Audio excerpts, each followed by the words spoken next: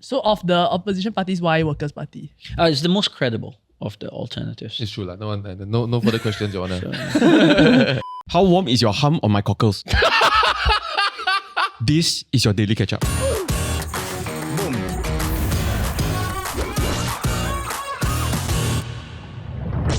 Awesome. Parliament is in session. So welcome, Dr. Jamus. He's here with us here today. Welcome. Thank you very much. Thank you for having me. And please do not call me doctor, because even till today, my mother often introduces me and she'll say, "This is my son. He's a doctor, but not the real kind that helps people." So you can see where her mind has evolved. So we call you my Just son. Jamus is absolutely fine. It's a bit of PTSD for him. If you wish, you can call me a boy as well, which is what my mother calls me. But that would probably encompass half the Singaporean men. That is true. So, Dr. Jamus is here with us today to let us get to know him better and share more of his views with us as well. Yes. Yeah. Thanks for having me. Do you know I've caught you to come on this show in a very multi-dimensional manner? Okay.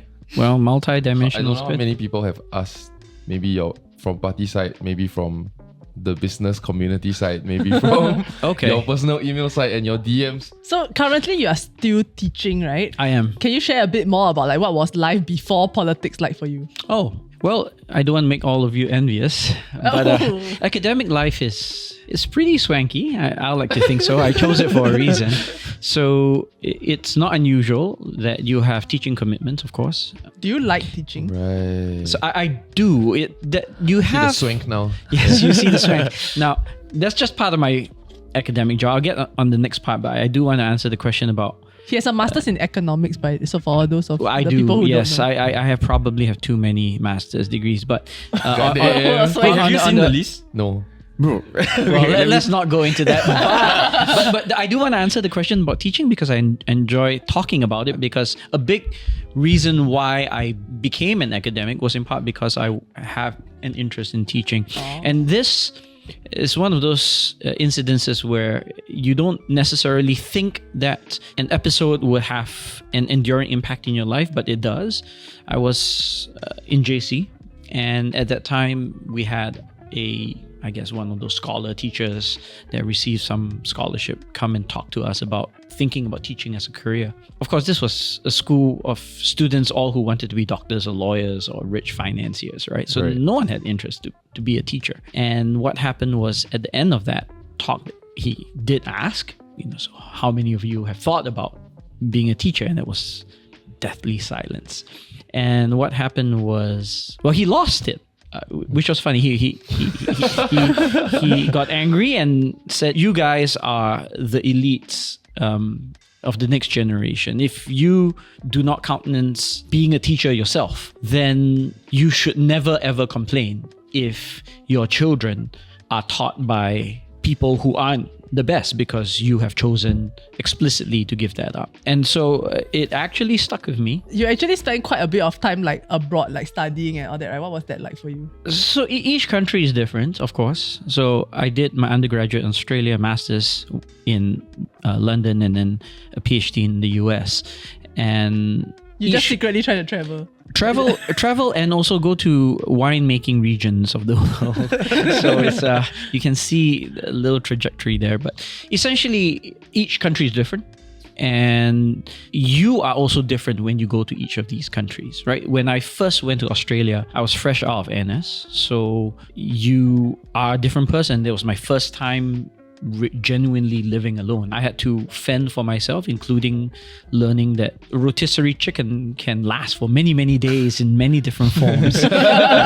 So you learn little tricks of the trade like that, how to survive. And then by the time I was in London, I was more accustomed to adapting to being alone. But then London had harsher weather than where I was in Australia, so I had to cope with that element of living there. And then when I went to the US system, the US is a world unto itself. It's unfamiliar in many ways. Little things like they don't use the metric system, they use the imperial system, pounds and Fahrenheit and so on.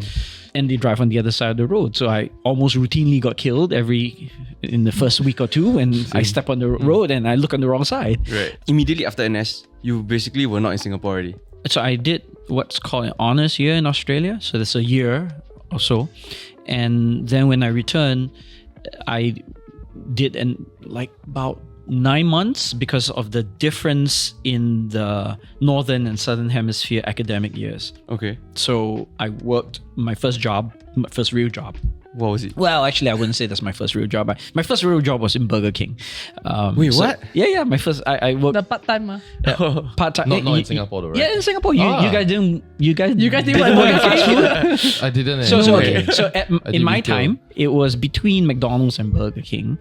Burger King, McDonald's paid $2 an hour. Wow, that's way back. Yeah, yes, way back. And Burger King paid $2.12 or $2.13. So I was like living it up. I broke into Burger King, rather than McDonald's. But my first job with a firm, so it was with JP Morgan, it's an investment bank that's since been taken over. But so I worked there for about 6-7 months, and then I went on, did my master's. The master's was paid for by an institute, so I came back and served out my bond for about a year.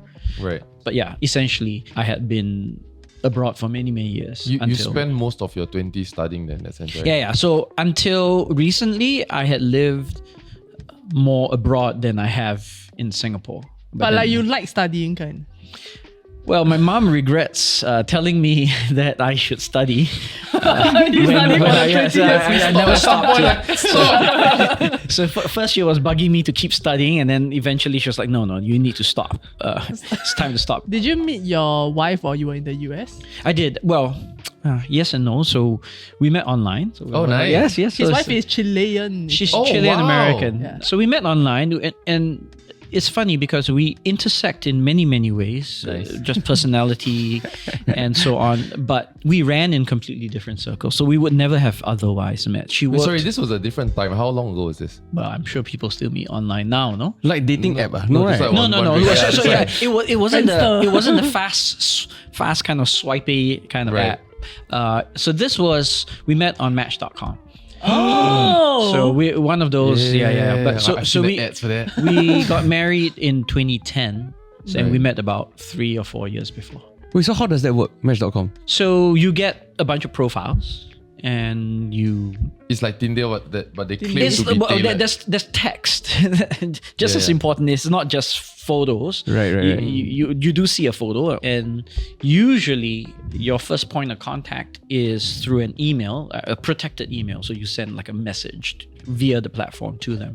Right. So that was nice. It was a bit accelerated in the sense that But how you craft your first like cover letter? She went like, Yeah, what were your moves? when you start, it's fast, right? So I reacted to something she had written, which was, she said she was a writer. So I asked what she oh, wrote must be the about. most boring conversation. No, well, perhaps it worked for me, so I wouldn't necessarily recommend it to everyone. But what happened was that our messages got longer and longer, and because it's the speed of email, right? In the past, if you wrote during my parents' time, you would write love letters, and you would take a week or two, and then you kind of smell the letters, whatever.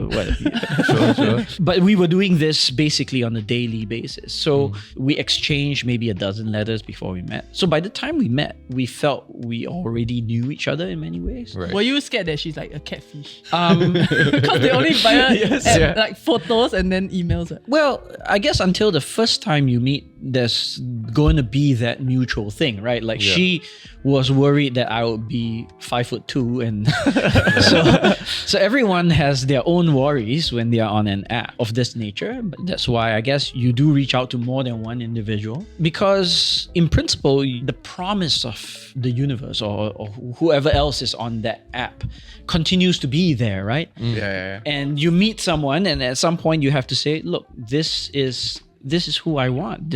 And you have to decide that the promise of someone better isn't there. So you then commit to someone, and you remove your profile, and you stay with that person. Do you remember the moment where you that you decided you wanted to marry her? So I don't remember a date, but I remember the sensation.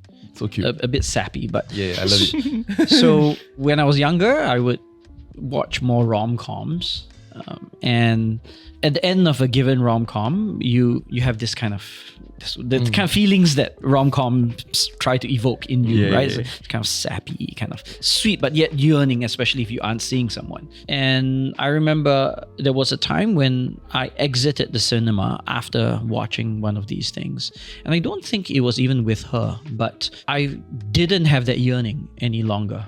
And at that time we were already dating, and I felt comfortable, and I kind of knew that this was someone that I could be with for the rest of my life. Movie magic. Yeah. Isn't specifically to do with the movie as much as a sensation of knowing that this was Like you realize that something changed. yeah, that something was different in you. Yeah. And I was just happy already. I was happy. I totally didn't expect that. I thought he was gonna say you put the ring in the cake. Oh no. So the proposal, that you have to take that seriously, right? So Confirm. I had to get the ring before that. I went with two of my friends to New York. We wanted to get it from Tiffany's, so I went to the actual Tiffany's. Well, I remember a few things. One is that parking was ridiculous. It's $50 an hour or something like that. Something ridiculous in New York City.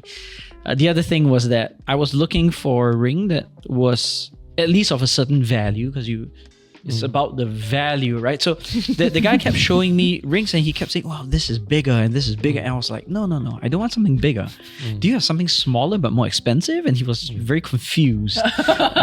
We went to Switzerland. Well, I was in Switzerland for a conference. So it was a trip for her, and for me it was bundling work together with the trip. The weather is very unpredictable. So it was a beautiful day, and I was like, no, we can't waste this, right? So I may not get the same chance in subsequent days. So she was dead tired. She had flown across the Atlantic. She was exhausted from the trip, but I said, no. I gave exactly the reason, which is you never know what the weather's going to be, so let's go for a walk. So we went up for a walk. And so that's where I popped the question. Why did you decide to come back to Singapore then? Well, it's quite straightforward. It's to do what I'm doing now. I wanted to serve the country. Oh, you specifically came back for... Yeah.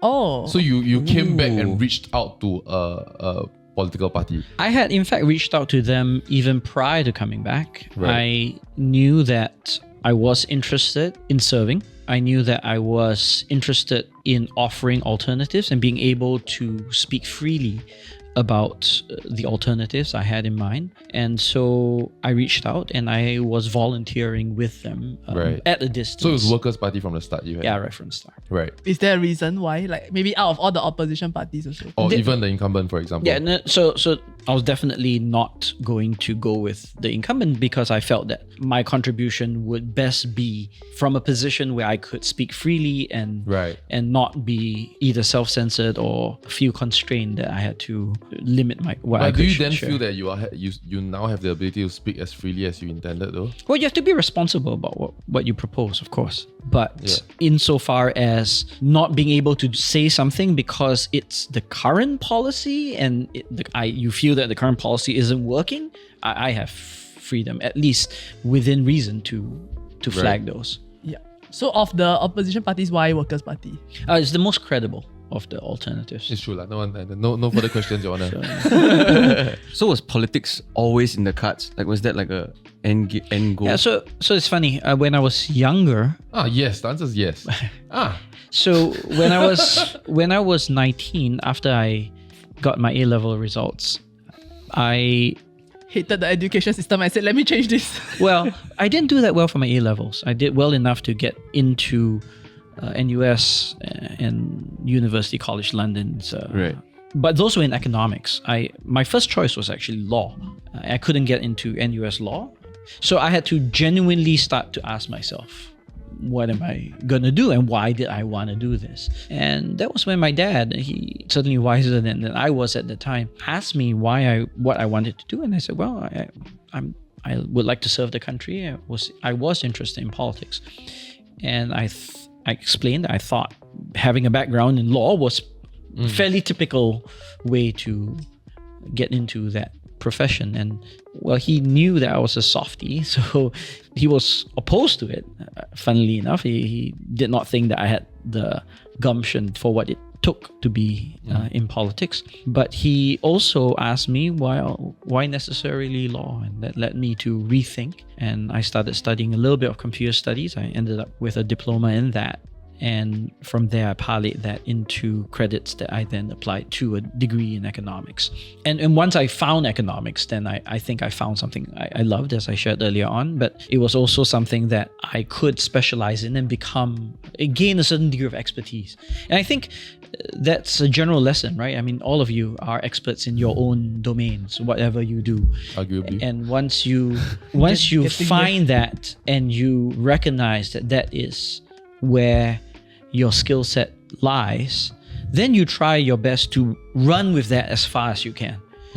And so for me, it was economics, and I could run with that, and I found that it opened doors in terms of public policy, global public policy. That's why I worked for the World Bank, and it opened doors in research, which I enjoyed, and academia, and then ultimately opened the doors in public policy making back here in Singapore. So what would you say was like the most daunting part of your first election? Like I would imagine it's like the debate, like No, I actually had fun during the debate. You look like you likes. You gain a lot of fans in the debate. Well, as I explained, you try to be yourself. So I think I was myself. I'm an academic, and a big part of what we do as academics is we sit around the table and we debate about policies. Right. And the nice thing about that debate was that while we did have a time constraint, we were generally free in terms of the form in which the exchange took place. It was much more organic in that sense, much more conversational. This Cockles of your heart thing that caused an entire internet sensation, was it part of your day-to-day vocabulary? Hello everybody! If you are not afraid to vote if you're not afraid to vote WP, like, share, and subscribe. If you're afraid, comment down below. I'm a pussy. Okay. Back to the episode. So everything I said it's just stuff that I say. So in your conversations with your friends, my friends. I mean, in fact, now I no longer say it because of that. But damn it! That's such a weird thing to say. He's a man of the world. Where do you get this from? Which country? No, it's a phrase. It's not an unusual phrase. Again, I don't know the provenance of everything I say, but my friends will tell you that I say some pretty weird things, and I use anachronisms that people just don't know where it comes from, and I'm not trying to evade this, but I genuinely don't know, right? It's just like you learn things that you incorporate, then you internalize, that becomes who you are. But I guess that year was also the year where the ruling party lost the most seats. In Singapore, and this is again my own analysis, in most divisions, you start off with the incumbent as maybe having 40% of the extant vote and then vote share. And then if you are in opposition, you probably start off below that. So 20-25%. Right. And what I sensed that a combination of factors, our work on the ground, our outreach, your internet sensationalism as well. I don't know about sensationalism, but the exposure that you got for the party during the debate and so on and so forth. I think all that got us to 40%. So then we were neck and neck. And that last 20, that's the marginal voter. That's who you're trying to convince. Right. And again, you do your best. And I believe in the process. It is what the voters of Sengkang wanted. And WP social media game was the strongest it's ever been that year. You guys are the media people. I do know that we have a fantastic media team. Again, all volunteers. So we're very proud to have that kind of support. So, who's your best friend in the Workers' Party? Are you actually friends? Yeah, we're both friends as well as colleagues. So in the sense that just like in any group of people, professionals who have to work together, you get together predominantly because you have to work together. Yeah. But at the same time, you build friendships because you work together. So you all don't make a random Saturday night plan to shoot shit, for example. So I hang out a lot with my team members, with Ru and with Lewis, because we work so much together. And so even out of the context of our time in Sengkang, sometimes they come over for a meal. Right. So we do that. I would like to say that my mum taught Mr. Lewis Chinese. Okay. Well, wait, really? Very nice guy. He still will say 新年快乐 all that to my mum. Very nice guy. Is Mr. Pritam like a very scary guy? No. He's tall. So I've never met him. I don't know. You're welcome. He's pretty tall. So for some that could be intimidating. He does have a beard, and for some that could be intimidating. They both have kind of a beard. How dare you? Why are you talking about? No. This is nothing compared to Damn, Pritam's. cut this part out. But no, he's not. He. In fact, what I really respect about Pritam is his dedication to the cause of the How party. was he during the Raisha Khan incident? Like, I mean, shit happens, right? And I'm not questioning what happened, but how did he take it in that time? I can't speak for him because, I mean, that's for him to say, but I think we were all discouraged, of course, disappointed that it happened. I would like to think that, just as I said earlier on, everyone can make mistakes. Yeah. And I don't think she should have done what she did. I think she should have corrected it sooner. But in the grand scheme of things, maybe that disappointment stems from the fact that it was completely unnecessary too. It wasn't necessary for her to insert that particular anecdote into the point she was making. But it was from a good place in that sense. I think Why am I defending it started from her deeply wanting to identify with that situation. And at some level, as she shared, also identifying with that situation. I'm someone that believes in forgiveness. Yeah. And I would have hoped that we can focus much less on issues of this nature and much more on either making things better on the ground for families and households, or at the policy level. Not Incident-based. These are ultimately transient. Recently on the appeal of 377A, so Mr. Pritam Singh actually lifted the party whip for you guys to vote freely, right? Why was that important for you, and what was your stance on it, if you're able to share? This was one of those where I had to genuinely weigh an individual position against my responsibilities as a representative. My personal position was, I think it's pretty clear for the things I've done, and if you look at the sentiments I posted, and also just in the speech that I shared for the actual debate. But where I think a less personal position was when we had to vote on the constitutional amendment, which was the accompanying legislation. I made an argument on the basis of constitutional design and what it meant to balance between individualism and majoritarianism. I was convinced by that argument personally. It's a bit philosophical. I tried my best to convey that somewhat philosophical position in a way that I hope people could understand. But that was why I at least voted in that particular way for the constitutional amendment. I felt that I had a responsibility to reflect not just a majority, but I think an overwhelming majority of the sentiments of the people I represent. You genuinely need to allow yourself to take a backseat and your personal preferences to take a backseat. So just for the sake of discussion, right, did you feel like this, having an additional constitutional part that they were talking about, did it feel like give the drumstick, take away the chicken wing, take away the whole chicken kind of argument that people like to make? So I understand why certain individuals might feel that way, especially those in the LGBTQ community, because they would have wanted additional access, especially for certain kinds of public services. That said, I think that there were differences between the two.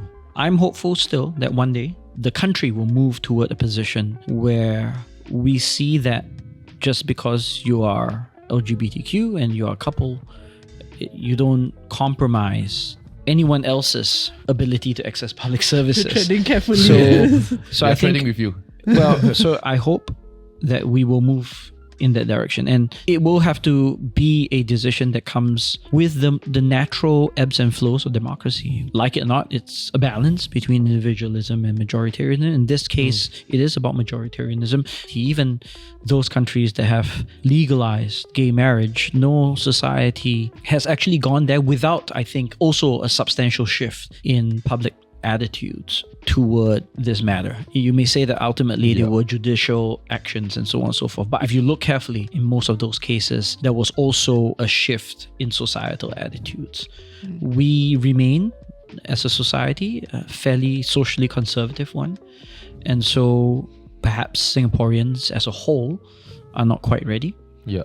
But if you study social phenomena, social movements, you know that these things can flip on the switch, and there's almost a kind of a groundswell when it evolves. So another thing that you've championed quite a bit, like in your run as well, was minimum wage, right? Do you think that has changed at all? Yeah, so funnily enough, so there is a scheme in Singapore called the local qualifying salary. I don't know if you've heard of it. Essentially says that if you want to hire a foreigner, then you need to pay Singaporeans a certain minimum. And I forget the specific number, but I think the local qualifying salary is something in the order of 1,500 or 1,600 now. And what is nice and clean about this approach is that it now effectively gives you a minimum wage for Singaporeans only, because this applies only to Singaporeans, as long as you want to hire a foreigner. I hope we can one day evolve into a universal minimum wage, regardless of whether you're Singaporean or not. When the economic conditions are suitable for that. Not just that, but it's tricky because there are some structural changes that the economy will have to go through. Yeah. So for starters, domestic help, they don't have this minimum wage. And so it will completely change the nature of domestic help in our economy. It's not that it's impossible. Lots of countries, especially advanced industrialized countries, are able to also have forms of domestic help and so on and so forth, perhaps live in, perhaps not, that while respecting minimum wage stipulations. Similarly, our construction industry is extremely labor intensive.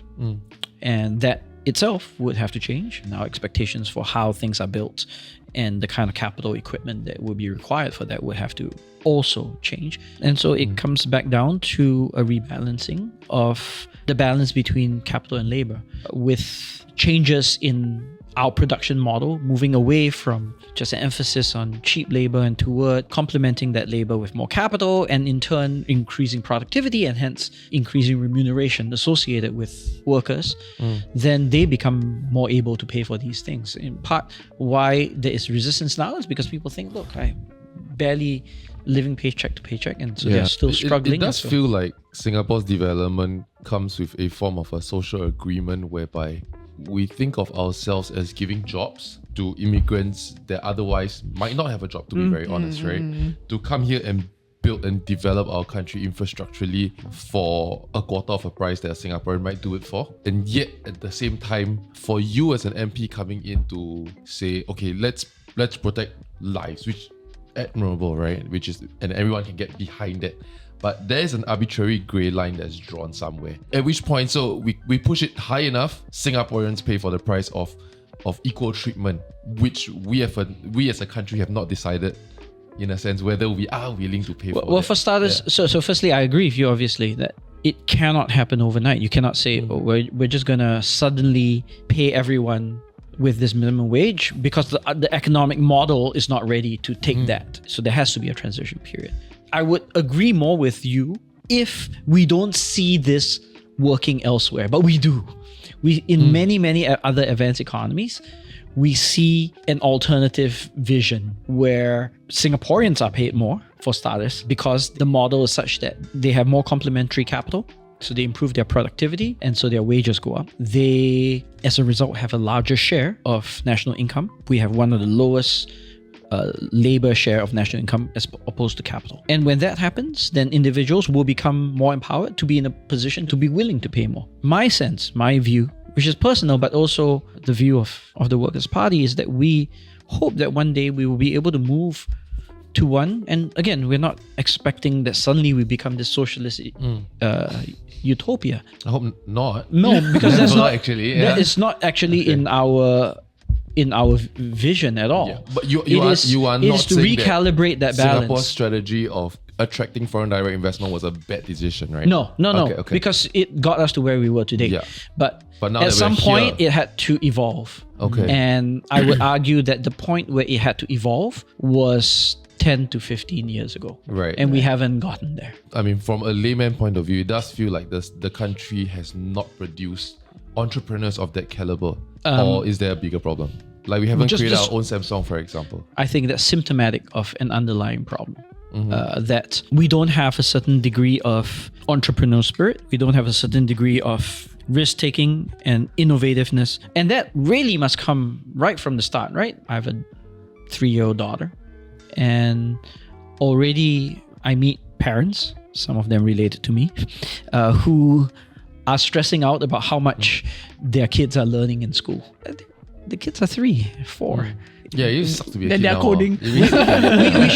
we shouldn't be setting this kind of arbitrary benchmarks for the kids. And I think we still need to wrap our heads around as a society. So I don't say this just for any given individual, is that we have to understand that even the nature of knowledge and what productive knowledge is, it's no longer what it used to be about being able to solve calculus questions or being able to regurgitate the different parts of the human taxonomy and so on and so forth. Nobody cares about this. You can look it up. What is important is an approach toward problem solving. Firstly, being able to think of innovative ways to solve an existing problem. And secondly, being able to ask questions about what problems are there to be solved. And until we get there, until we realize that there is much more value in these processes rather than just the ability to reproduce the corpus of human knowledge, which is vast, we will continue to be stuck in a mindset where we will be excellent executors.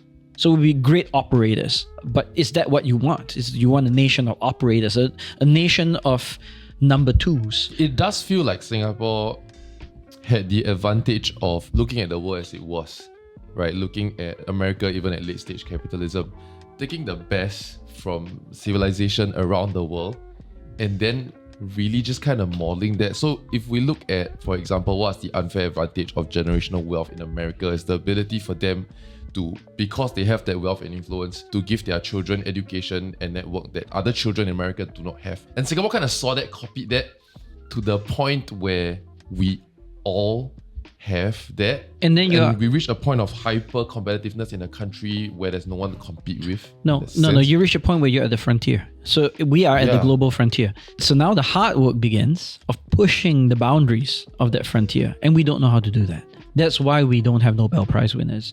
That's why we don't have high numbers of innovators and the Samsungs, as you mentioned, and so on. We jumped to the front without building our way there, I feel. Well, no, no, to be fair, we built our way there. We benefited, of course, from imported capital, but our peoples worked blood and sweat and tears to get there, and our forefathers, as well as even us today, as I said, being an operator isn't a walk in the park. I know it sounds like it's denigrating, but no, it's to be a good operator, you have to have something there too. But have we only valued being a good operator to a point where we forget that this complete other dimension of being the one to push the boundaries? If you look at all the innovators, they're not the smartest kid on the block necessarily. They're the ones that think differently, that dare to question the established rules and regimes. They are the ones that are willing to try something and fail and actually have enough character to then pick themselves up and say, well, let's go again. And I think that we are trying to evolve our educational system in some ways toward allowing more of this, but we haven't gotten there. And it comes from both supply and demand. When I say demand, I mean our parents, young parents, have to be willing to say, my child has to have a different model. I'm reminded of this example. I can't remember where it was, but it was this girl. It was one of those cases where there was a scandal about getting into universities, and one of these girls was already making 5,000 or 10,000 a month from her social media outreach and so on and so forth. And then her parent decided that she needed to go to university and then kind of pulled her out of that career. And it's like, she does this really well. OnlyFans, and it's lucrative. Well, I don't think it was OnlyFans, but it's lucrative. And yet, because of a lack of understanding and because of a mindset that is still stuck in the previous century and the models of the previous century, we say, we need to understand that ultimately value is what other people are willing to pay for. And if we understand that inherently, we will be able to create products. We'll be able to create products that other people want, and then we create our own value. That's how we create entrepreneurs. Right. So OnlyFans, not joking, but also not joking, because the subscription model can serve for anything, right? Not just the explicit stuff, right? I'm not gonna be endorsing OnlyFans anytime soon. Okay, so thank you very much, Jamus, for joining us today and sharing so much with us. It's my pleasure. like, share, and subscribe, and we'll see you in the next episode. I think a lot of us might not know that Jamus is actually an ordained minister. Oh, is it? Yeah. Hey, I was trying to find out how to do one, how to become. You go online. No, it's so hard. No. So you need a referral from a religious leader. I'm like, I'm out. Because my friend wanted to be ordained in 2 weeks. For the Universal Life Church, look, this is a online thing. You go online, you pay $40 or whatever it is, and you check the boxes. Literally, you click on the check boxes to say, I affirm the values of peace and love and so on. And you get this thing that you can then frame in your wall. Really, for us, we lived in California, and in California, it was a little bit of an inside joke that if you got one of these things, you actually had the right to marry your friends. So it was something that $40 for that laugh. It was something that a number of us ended up doing. So so that's why I ended up doing that. I know that the internet has its way of looking deeply at signals of what that may mean.